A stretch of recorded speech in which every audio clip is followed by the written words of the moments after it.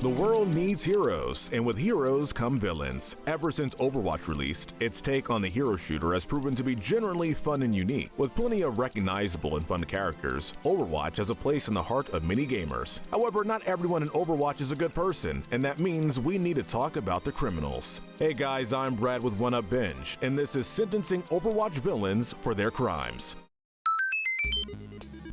Alright, so we're assuming these villains have been depowered so they can take their punishment, and we will be discussing plenty of lore aspects, so if you're not caught up, this is your spoiler warning. First, let's start with Overwatch's very own Black Ops division, Blackwatch. First on the docket is Gabriel Reaper Reyes. Gabriel was once a good friend of Soldier 76 and a member of Overwatch. After some experimentation by Moira and a change of heart, Gabriel became the terrorist Reaper. As Reaper, he has committed many criminal actions, with most of his actions being considered terrorism. This is because all of his acts are done specifically for his own political agenda and cause mass terror on the population. Not only this, but he also commits acts of murder indiscriminately, killing dozens of people throughout his career. Even as a member of Blackwatch, he was murdering people whenever he saw fit. Well, looks like we're going with Plan B. Finally, he was also one of the people who committed acts of torture, partially to turn Amelie into Widowmaker. Every time he shows up, he's committing a criminal action, and among them are some heinous things. Because of this, we sentence him to life in prison with no chance of parole. Next is Moira Odiran. Moira is a geneticist and member of both Blackwatch and Talon, where she has committed a few unique crimes. However, most of her crimes fall into only two unique categories. Those, of course, being terroristic actions, committing crimes just to punish her own political agenda. She would also be on the line for unethical experimentation, as she has committed many experimental atrocities, including Gabriel's transformation into Reaper. One could also argue she'd be on the line for conspiracy and attempted world domination, as she is one of the council members for Talon and helps create the plans they partake in. Moira's criminal history is far less known than others, but that doesn't mean she won't be punished. She would be on the line for 25 to 50 years in prison, without a chance of parole. This is mostly because she doesn't have any real serious crimes like murder, despite what it may seem. Next, we have a group of Omnic-hating Mad Maxian warriors, the Junkers. First, we have Jameson Junkrat Fox. Junkrat is an explosives expert and a premier junker, save for the fact that he was kicked out of Junkertown. He's been around the world committing a bevy of crimes, most of which come down to three major rungs. His most heinous crimes, of course, include murder, usually assassination, sometimes of the political sort. I've got an idea! But his most prevalent crimes are the obvious destruction of property,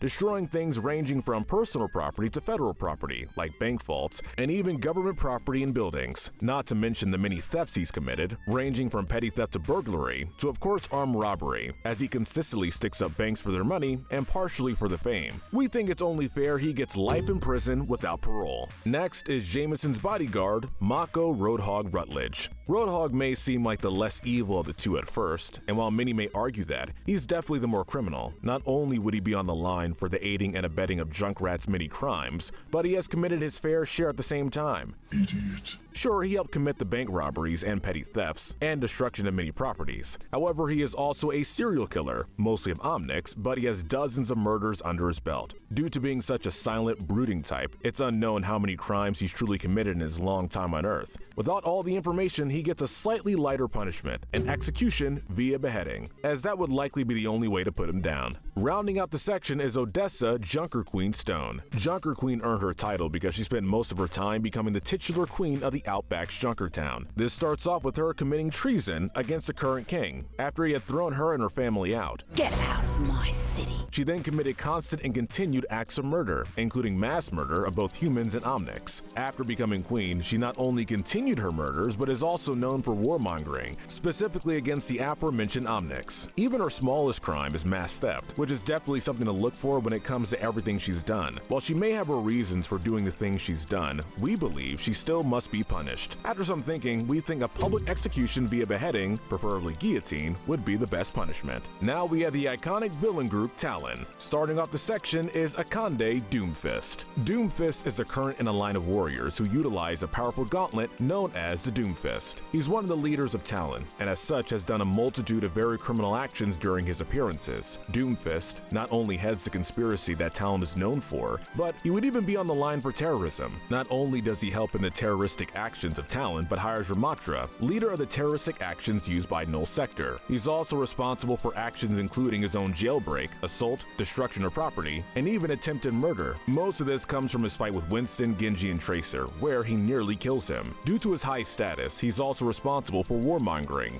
mostly towards Overwatch and even other countries and their governments. Doomfist is a hardened criminal, and his punishment is just as severe: public execution via lethal injection. Next is Olivia Sombra Colomar. Sombra is one of the most easily determined criminals on our list, as she's well known for one major style of crime. Sombra is a notorious hacker and blackmailer, where she uses her skills to not only hack into government and government-adjacent entities, but even individuals she deems necessary. She commits internet acts, ranging from extortion to blackmail, using her cyber skills to her advantage, so that she can get what she wants. She was eventually tapped to join Talon, and as a member of Talon, her actions range from money crimes to everything from threatening murder of political figures to treason. I'll be in touch.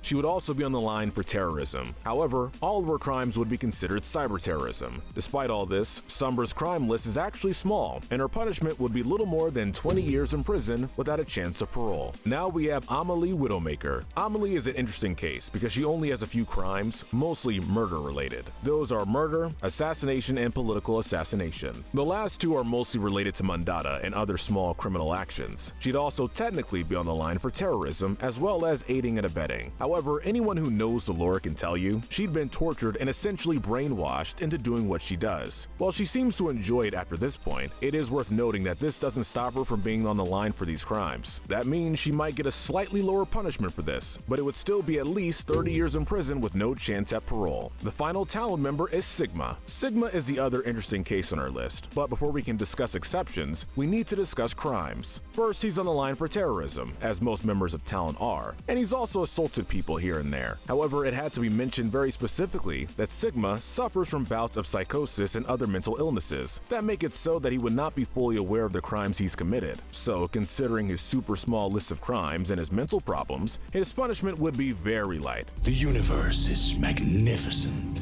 isn't it? In fact, we think the only logical punishment for Sigma would be probation for 1 year and $10,000 in fines. And that's only if he doesn't escape the trial, thanks to a plea of insanity. The final group on our list ranges from robotic renegades to cowboys and companies. These are the other villains. First, we have Ramatra. Ramatra is the brother of Zenyatta and an Omnic who helped lead the Omnic Rising that take place in the years prior to Overwatch. Initially, he wanted to help Omnics coexist with humans, but eventually gave up on that dream so that he can destroy all of humanity. Not only does he continually try to commit genocide and even populacide throughout his time as a leader for Null Sector, so of course he'd be considered a terrorist, but his terrorism also leads to hate crimes and mass murders, which makes him even worse. He would also be considered part of a conspiracy headed by Talon and even one of his own, as he continually tries to take down all the human race at once. Ramatra is a criminal of massive size, and the group he leads has caused mass destruction and mass death, and with the fact he continually works with Talon,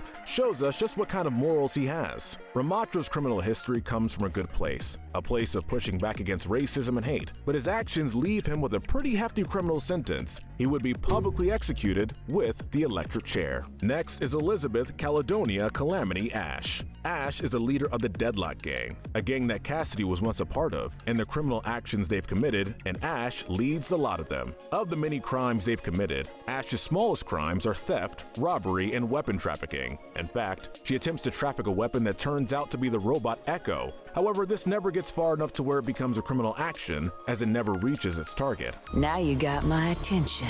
She continues her acts of theft and terrorism after this weapon tracking incident, but she never really commits acts outside of this, as terrorism is really her biggest charge, and it's quite a weak one at that. However, it's implied she may or may not have murdered some people, and while this is important, the evidence is light at best, and we only bring it up to make sure we have a complete list of all she's done. Her punishment is 10 to 15 years in prison with a chance of parole. Our final criminal is Symmetra. Symmetra is an employee of the Bishkar Corporation, and while one may argue argue that she would be aiding and abetting the crimes of this company. We may argue differently. She seems to know very little about the things being done by the higher-ups, and at best is an unknowing pawn of them. Sure, it's possible that she knows more than she's letting on, but it doesn't seem that way, as the only real criminal action she seems to display is sabotage. One can't argue for destruction of property. However, we're only going to prosecute for corporate sabotage. Since we're only going to punish her for a few crimes, her punishment would not be nearly as bad as it would be if it were some of the higher-ups like Sanjay Corporal. Her punishment would be 6 months probation and $10,000 in criminal fines.